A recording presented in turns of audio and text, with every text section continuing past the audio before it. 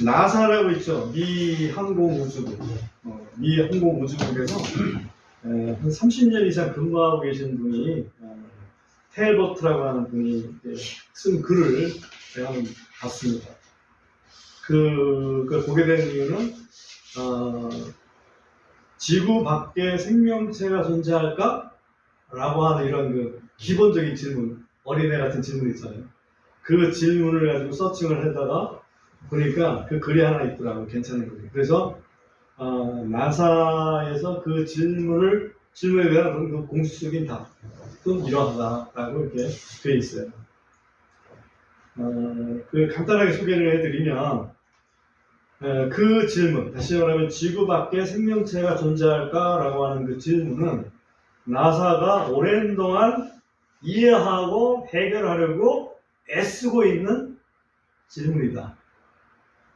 그러나 아직까지 우리는 지구 밖의 어느 별에서도 생명체가 존재한다는 과학적 증거를 찾지 못했다.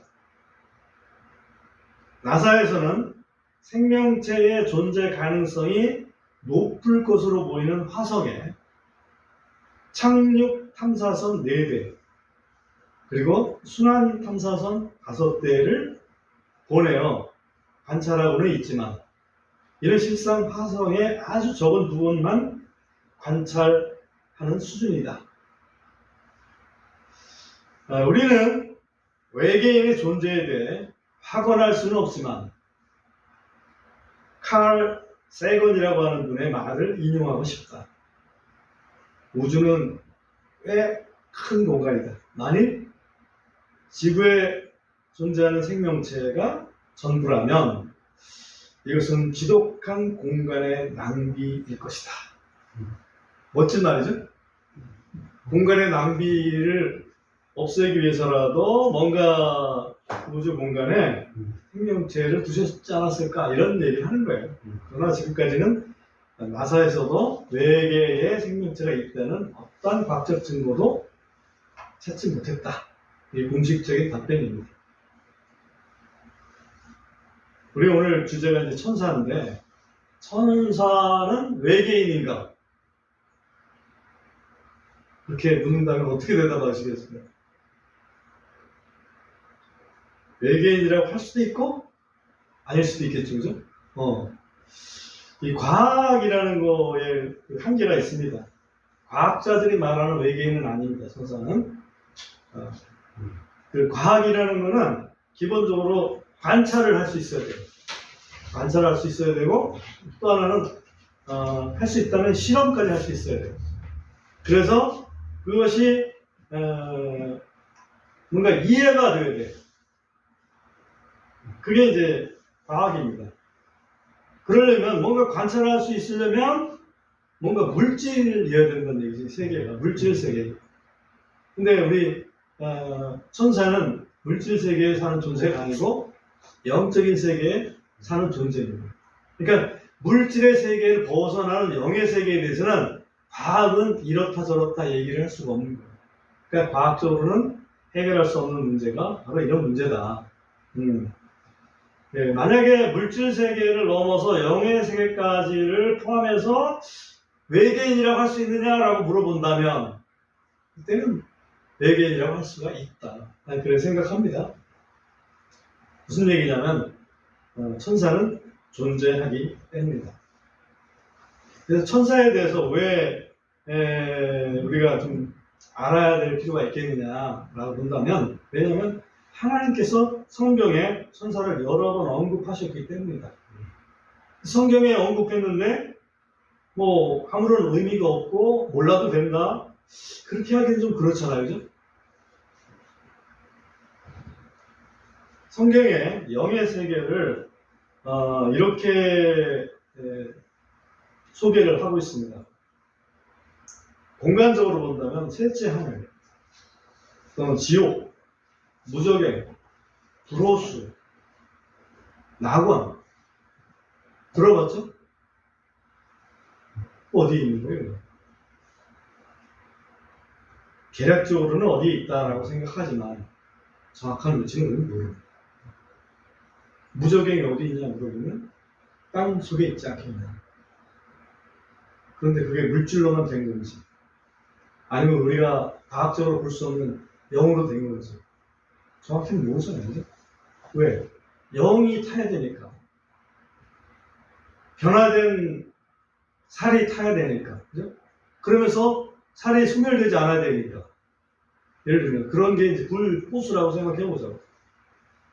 그럼 우리가 생각하는 그런 물질적인 그런 개념하고는 다른 개념일 수 있다는 거죠. 또 영의 세계에 존재하는 존재들로서 천사들, 오늘 주제입니다. 나비, 악령들 다 있지만 눈에 보이지 않죠. 성경에서는 과연 이 천사에 대해서 어떻게 얘기하고 있는지, 지금 우리는 지금 베드로를 감옥에서 이끌어냈던 그 천사 이야기를 본문으로 그냥 읽은 것 뿐입니다. 천사를 영어로는 뭐라고 합니까? 엔젤이라고 했어요. 그래서 이 엔젤이라는 걸로 표시된 단어가 들어있는 거를 킹제임스 성경에서 쭉 뽑았어요. 뽑아가지고 이 표를 한번 만들어 본 거야. 이거 뭐 이 세상에 나와 있는 거 없어. 이게 내 특허 해도 되는 거야. 제가 만드는 거니까 다른 데는 안 나와요. 그럼 잠깐 이 표를 잠깐 보시기 바랍니다.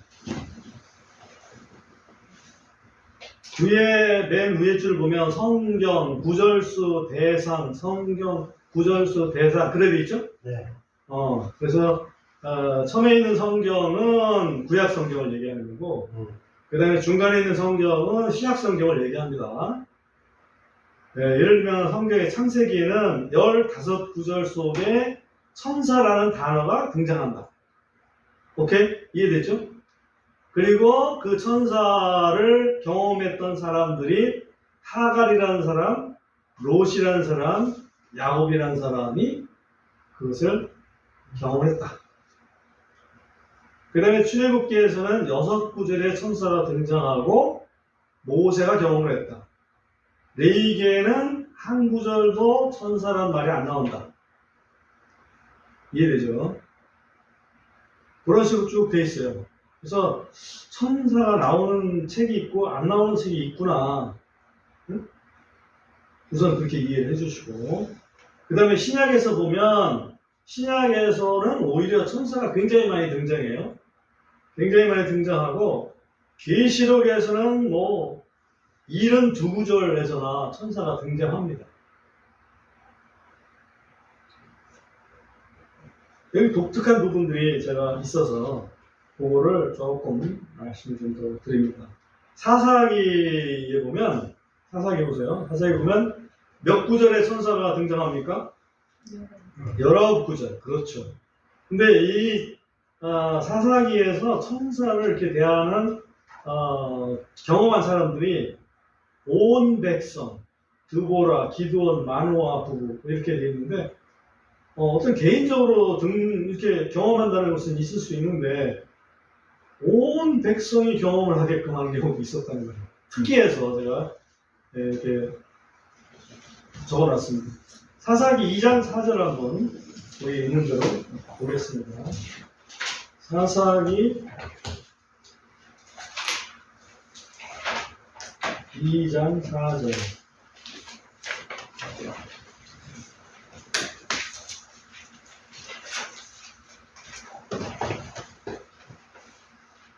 거기 보면 또 이 일이 일어났으니 곧 주의 천사가 이 말씀들을 누구에게 말했을 때, 누구에게 말했을 때라고 되어 있습니까? 온 이스라엘 자손에게 말했을 때. 천사가 어떻게 이게 온 이스라엘 자손한테 말할 수 있을까? 백성이 자기들의 목소리를 높여 물었다. 우리의 상식으로는 이해가 안 됩니다. 천사가 뭐 한 사람이나 우리 몇 명 모여있다고 그 사람들한테 얘기했다면 이해가 되는데, 온 이스라엘 자손이 알아들을 수 있게 말을 했다는 거죠. 이런 천사는 진짜 대단한 천사고, 제가 볼 때 성경에서 유일한 경우라거든요. 그래서 이걸 제가 적어놓은 거예요. 그 다음에 또 마태복음을 보십시오. 마태복음 여기 표에 마태복음에 보면 19구절에 천사가 등장하는데 거기에 제가 글자를 하나 써놓은 게 신자 담당, 그래서 하나 써놨죠. 신자 담당. 그러니까 천사가 있는데 신자를 담당한 천사들이 있다는 거죠. 그러니까 여러분이 신자죠? 여러분이 신자예요. 여러분을 담당한 천사가 있다 없다? 있다는 얘기지. 이 말씀에 근거하네. 마태복음 18장을 한번 펴주시기 바랍니다.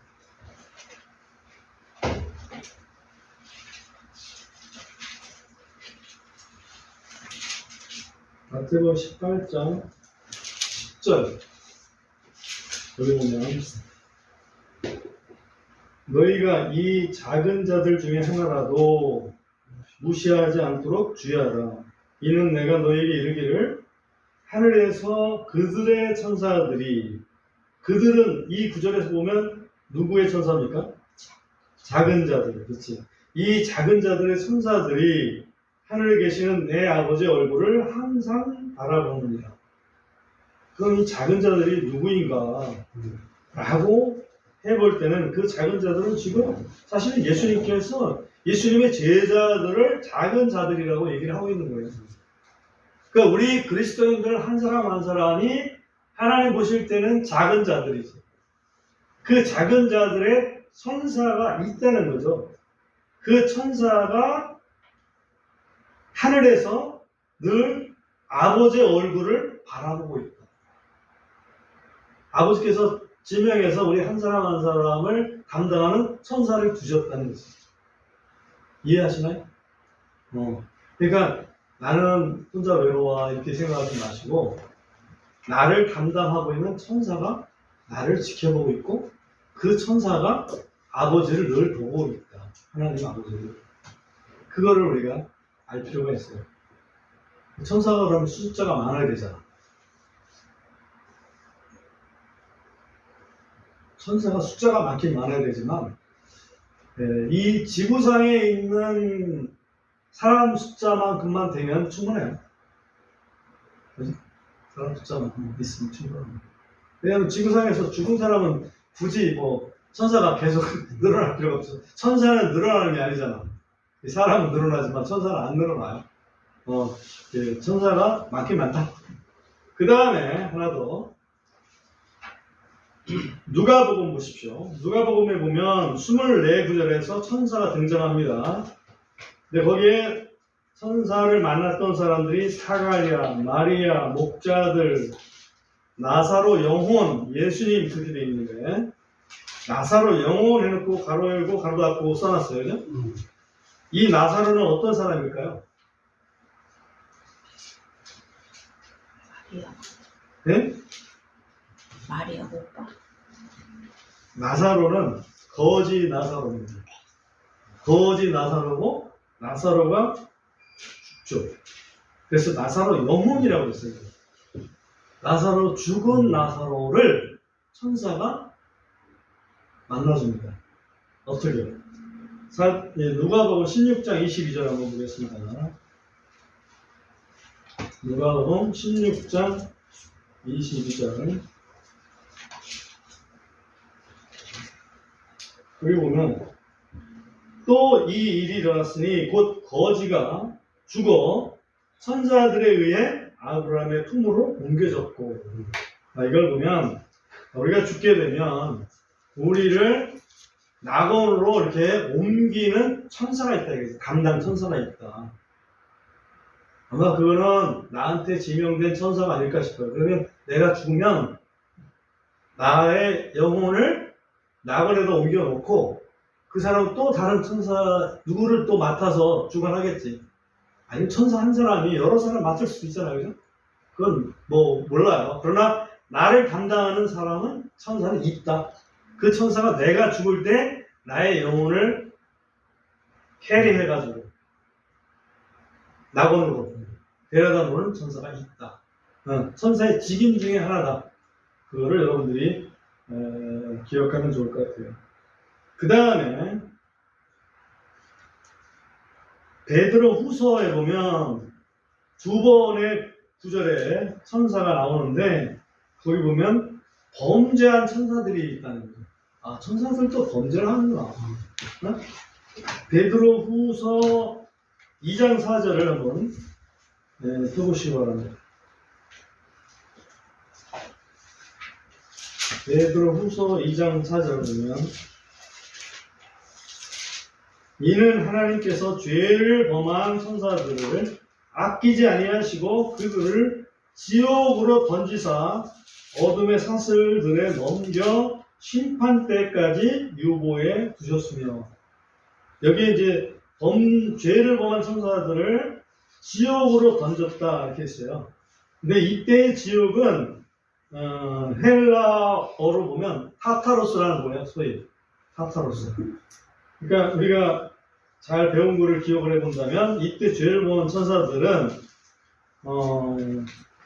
그 창세기 6장에서 자기의 지위를 떠나서 인간 세상으로 와서 여자들을 통해서 아이를 낳았던 그런 아주 흉악한 천사들이라고 생각이 듭니다.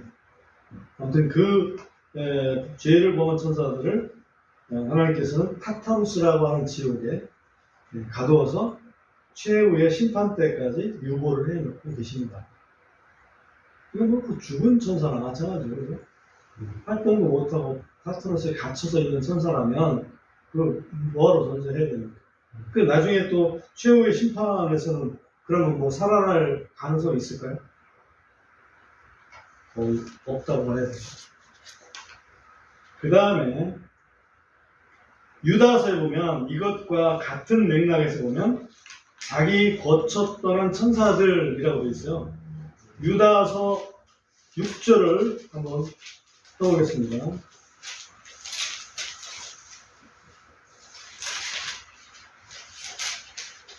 어떤 분들은 성경에 유다서가 없을 수도 있어요. 잘 찾아야 됩니다. 유다서 6절을 보면 또 자기들의 처음 위치를 지키지 아니하고 자기들의 거처를 떠난 천사들을 그 큰 날의 심판 때까지 영존하는 사슬을 묶고 어둠 아래 유보해 두셨느니라. 사실은 베드로 사도가 얘기한 내용하고 동일한 내용을 이렇게 표현하는 겁니다. 그렇게 이해를 하시면 틀림없다. 그 다음에 이제 계시록 제일 많이 나오는 계시록에 72번이나 나오죠. 근데 계시록에 나온 천사에는 지역교회 감독들까지도 천사들로 이렇게 표현을 해놨습니다. 그리고 거기에는 심판 천사들, 찬양 천사들, 전쟁 천사들이 있다. 그리고 사탄을 결박하는 천사도 있다. 천사의 힘이 대단히 세죠. 사탄을 결박할 수가 있어요. 그 전쟁 천사들을 한번 잠깐 해볼까요? 계시록 12장 7절을 한번 보시면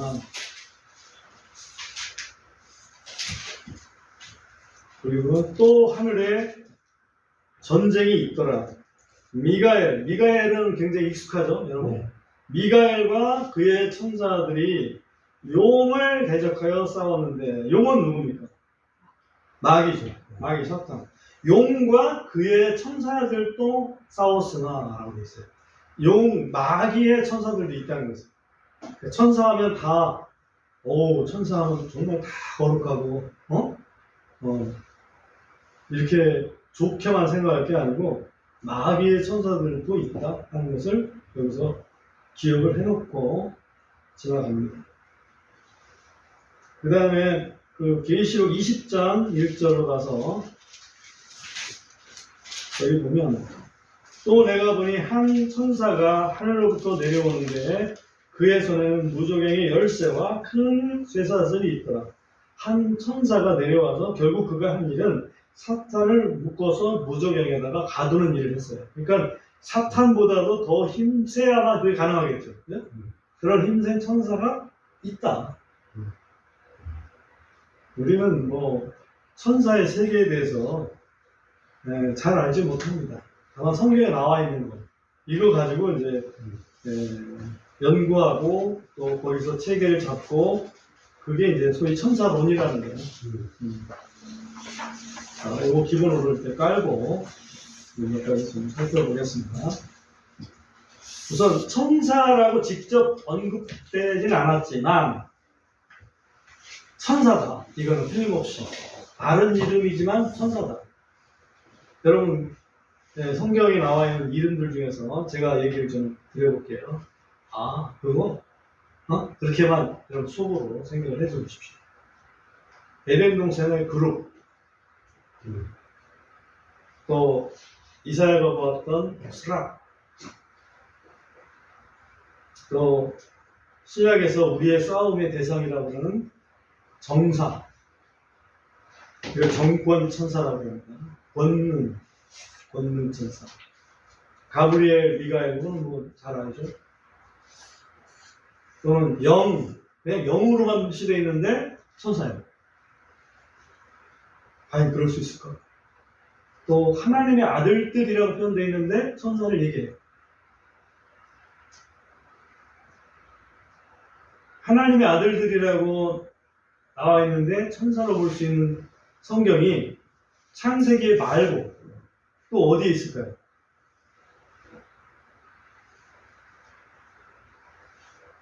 하나님의 아들들로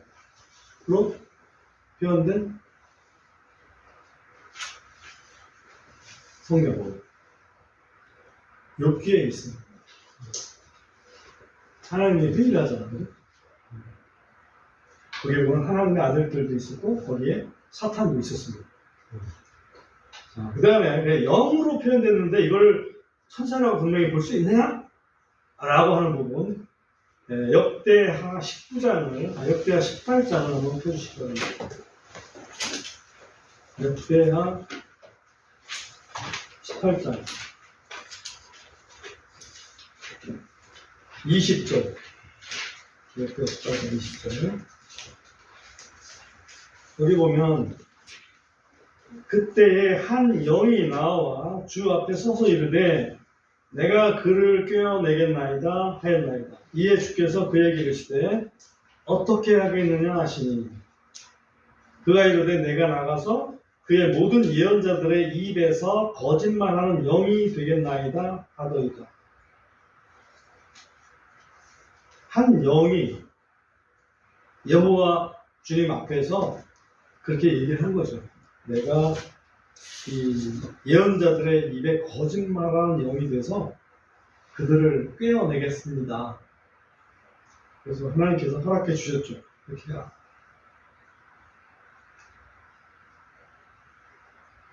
그 영이 천사 말을 누구겠어요? 영으로 표현되지만 천사다. 이렇게 우리가 이해할 수가 있습니다.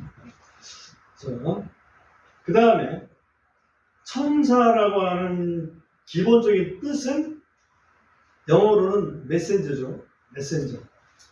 엔젤이라고 했지만 그 엔젤 이전에 그 메신저라는 의미가 있어요. 메신저라는 의미는 심부름꾼이라고 하는 뜻입니다. 그러니까 하나님이 뭔가 심부름을 보내면 그 일을 하는 사람들이 천사예요. 눈에 보이지 않지만. 그럼 천사는 그럼 언제 창조되었을까? 여러분 천사는 언제 창조되었다고 생각하십니까? 천사는 창조된 거는 확실한가요? 왜? 하나님만 창조주시기 때문에 그런 거예요. 나머지는 다 피조물이기 때문에 천사는 창조가 됐습니다. 창조가 됐다는 것을 몇 군데에서 좀 살펴보겠는데 시편 148편을 먼저 열어보시기 바랍니다. 시편 148편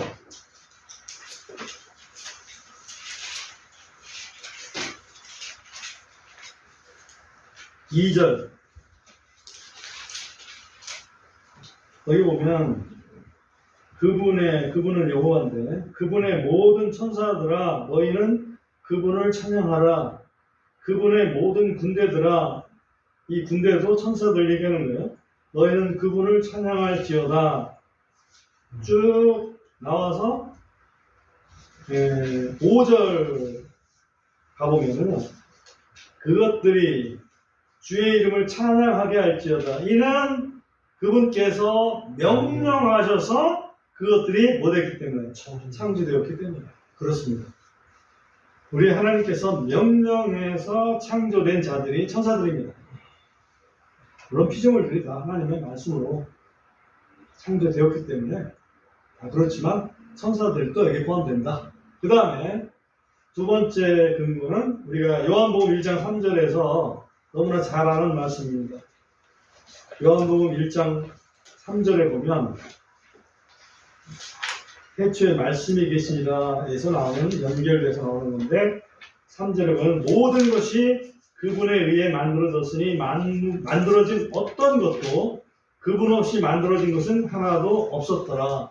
그렇죠? 모든 것은 거기에 있기 때문에 천사도 그 중에 이제 모든 것 중에 하나예요. 여기서 좀 애매하죠. 천사 포함될까? 이렇게 이제 의문을 갖는다면 의문을 가질 수 있어요. 그래서 의문을 갖지 못하게 골로새서 1장 16절에서 못을 박아놨습니다. 골로새서 1장 16절을 펴주시기 바랍니다.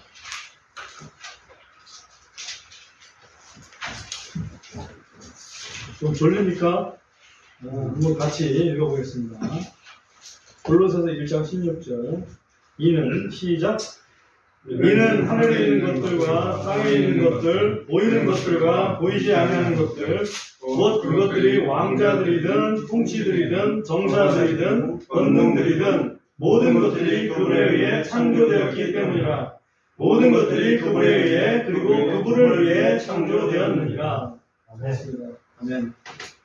여기 이제 그분은 그리스도를 얘기하는데 그리스도에 의해서 모든 것들이 창조되었다. 근데 여기 보면 하늘에 있는 것들, 천사는 어디에 있어요? 하늘에 있죠? 땅에 있는 것들은 우리 사람들이라고 볼 수 있고요. 그 다음에 보이지 아니하는 것들 나오죠? 보이지 아니하는 것들, 이것들이 바로 영의 존재들이죠. 그러니까 천사는 하늘에 있고 보이지도 않아. 그렇지만 그들도 역시 그분에 의해서 창조되었다. 이해됩니까? 그러니까 천사도 그리스도에 의해서 하나님에 의해서 창조됐다 하는 걸 알 수 있습니다. 그 다음에 그 창조된 시점이 언제냐? 창세기 보면 창세기 1장 1절이 있고 2절부터 쭉 첫째 날, 둘째 날, 셋째 날, 넷째 날, 다섯째 날, 여섯째 날까지 나와요. 그죠? 만물이 첫째 날부터 여섯째 날까지 창조가 다 됐어요. 근데 거기 천사라는 언급은 하나도 없어. 그런데 욥기 38장을 한번 펴주시기 바랍니다. 욥기 38장.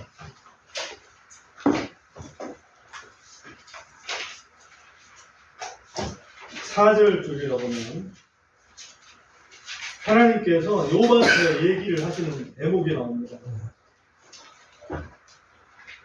4절에 보면 내는 너 하나님이야.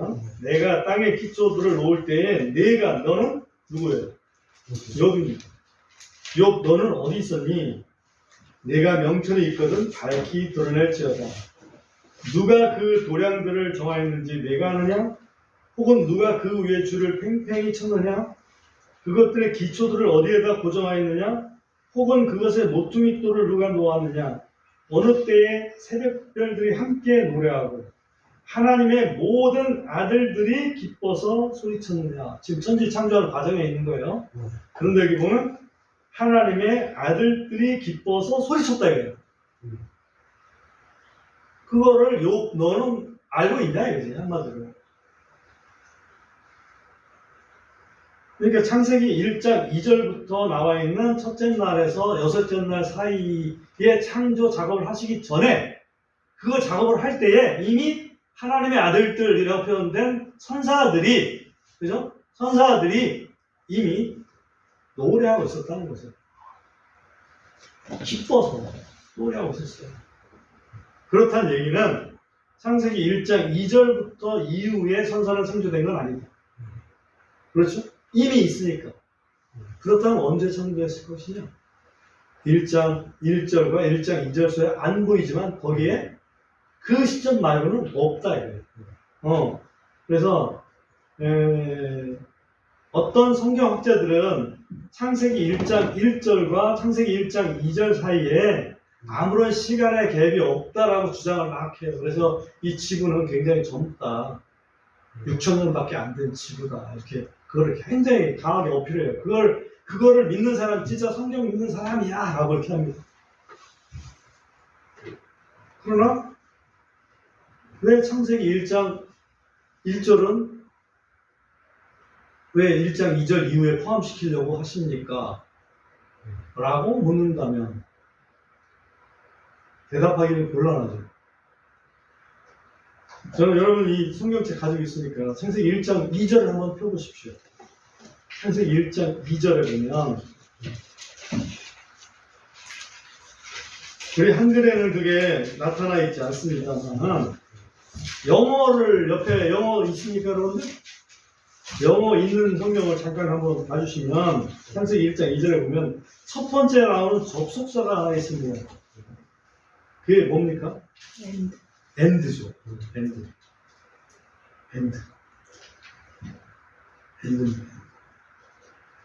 만약에 엔드가 없다면 그 주장이 맞을 수도 있어요. 그죠? 1장 1절을 2절부터 쭉 설명한 거다. 이렇게. 그런데 2절에는 엔드. 엔드라는 것은 뭐냐면 그리고 나서 그리고 이런 거거든. 그러니까 1장 1절과 1장 2절 사이에 우리 과학적으로 얘기하면 어떤 시간 갭이 있을 수 있다. 그럼 많은 것들이 해결이 되거든요, 사실은. 이 지구의 나이가 뭐 몇억 년 그렇게 얘기하는데 창세기 1장 2절부터 보면 6,000년밖에 안 됐어요. 근데 1장 1절부터 보면 그걸 누가 아냐 이거지. 엔드. 그리고 나서 하나님께서 첫째 날, 둘째 날 이렇게 하고 있습니다. 근데 엔드를 여기는 강조를 해놨기 때문에 우리 성경에 엔드를 이렇게 번역은 별로 신경 안 썼어요. for는 신경 많이 쓰셨어요. 응? 제가 얘기하지만 아까도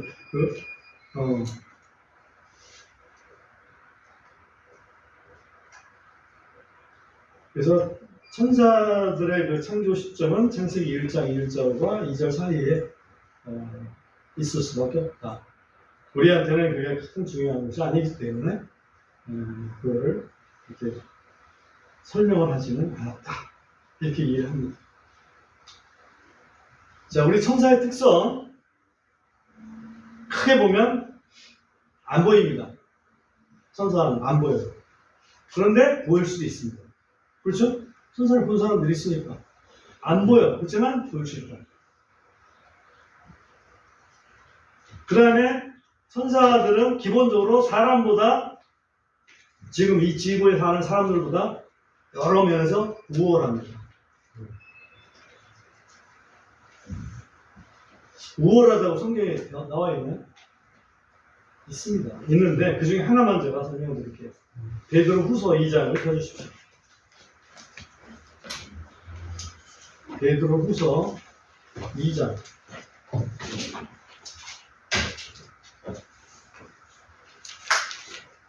11절.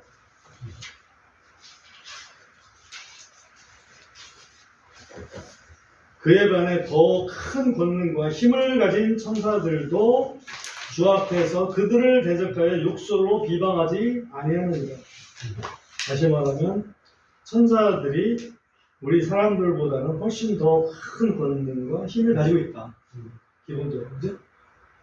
그 우리보다 좀 우월한 거죠.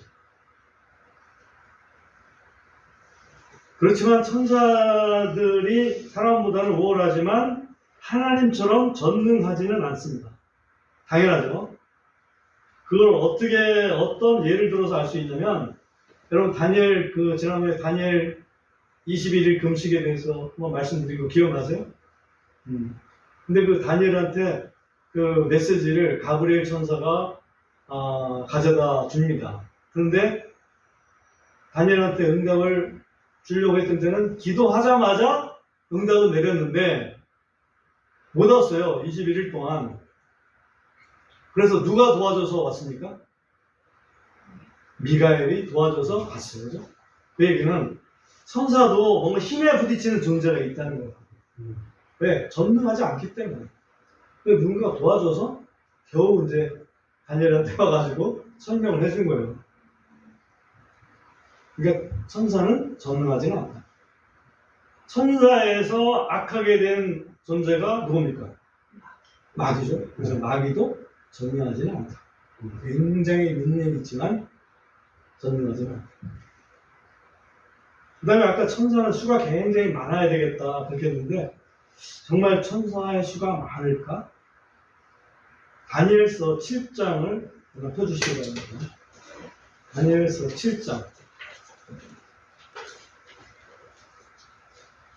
10절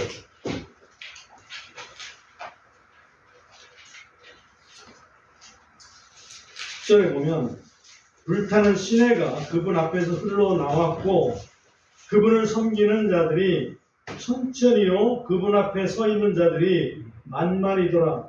그 심판이 정해졌고 그 책들이 펴져 있더라. 이 하늘에 있는 광경인데 하나님 앞에 섬기는 자가 천천히고 서 있는 자들이 만만이더라. 만만은 1억을 얘기하는 거고 천천은 100만을 얘기하는 거예요. 이게 많다는 얘기지 그냥 1억 명만 딱 있다 그런 뜻은 아닙니다. 히브리서 12장 12절을 보면 거기에서도 천사가 굉장히 많다. 히브리서 12장 12절 얼만큼 많은지 한번 여러분 상상을 해보십시오.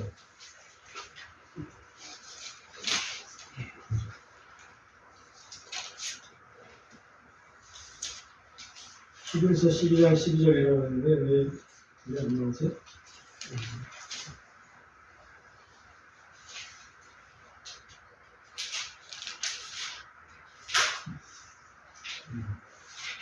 제가 뭔가 숫자를 좀 잘못 썼지 않아서 당황하실 거예요. 그 22절을 보겠습니다. 히브리서 12장 22절. 거기 보면 그러나 너희는 시온산과 살아계시는 하나님의 도시와 하늘의 예루살렘과 어떠한 천사들의 무리와 무수한 그죠? 무수한 영어로 보면 innumerable 그래서 이건 뭐냐면 셀 수 없는 그런 뜻이에요. 그러니까 얼마나 많은지 천사를 셀 수가 없어요. 그러니까 천사는 수가 많아요.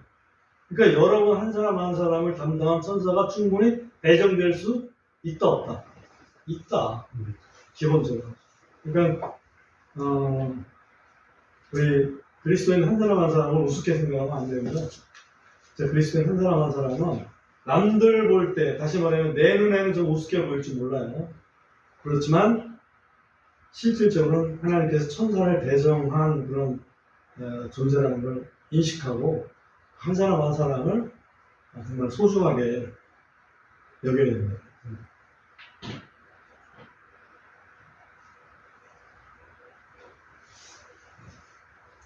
천사에는 거룩한 천사도 있고 악한 천사도 있습니다.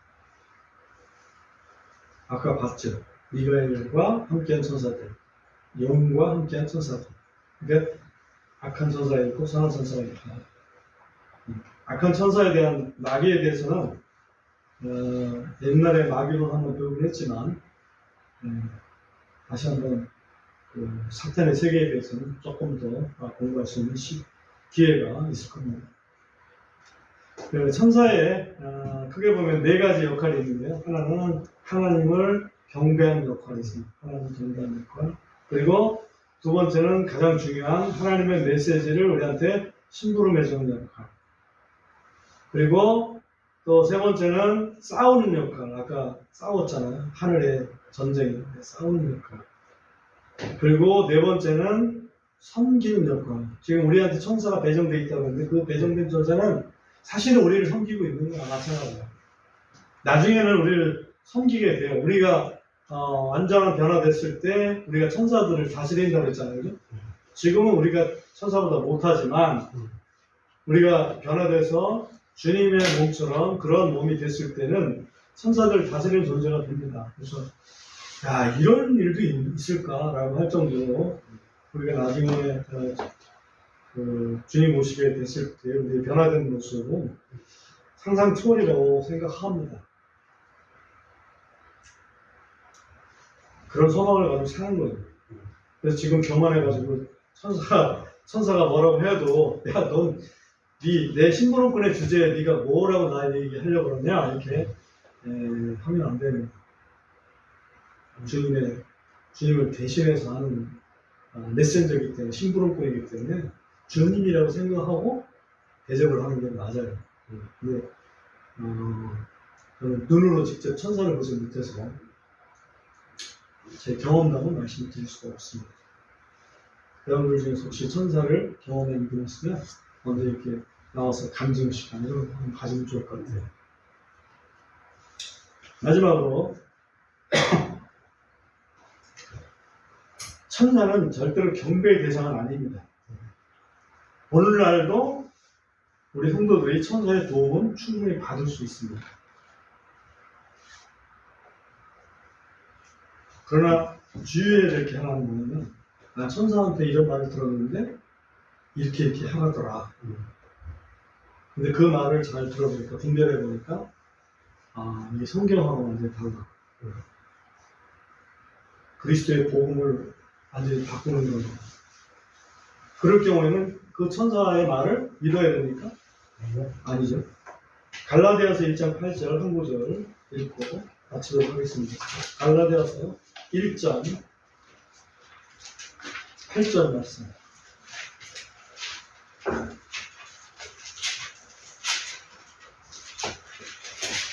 네, 같이 갈라디아서 1장 8절 같이 한번 읽어보겠습니다. 그러나 시작. 그러나 우리가 또는 하늘로부터 온 천사라도 우리가 너에게 선포한 것 외에 어떤 다른 복음을 너에게 선포하면 그는 저주를 받을지어다.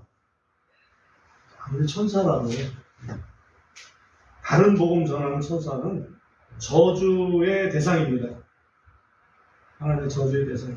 그리고 기억하시고 우리는 천사의 존재를 믿고 천사의 도움을 받을 수도 있지만은 그러나 분명한 것은 그분이 경배의 대상은 아니라는 거예요. 더더욱 이 성경을 어긋나게 하는 천사라면 그건 하나님의 천사가 아니고 마귀의 천사라는 거 이런 거 그런 거 염두에 두자고 우리가 천사 같다 겁먹지 마시고요. 정말 하나님 말씀대로 하는 건지 아닌지를 분별을 꼭 해야 됩니다.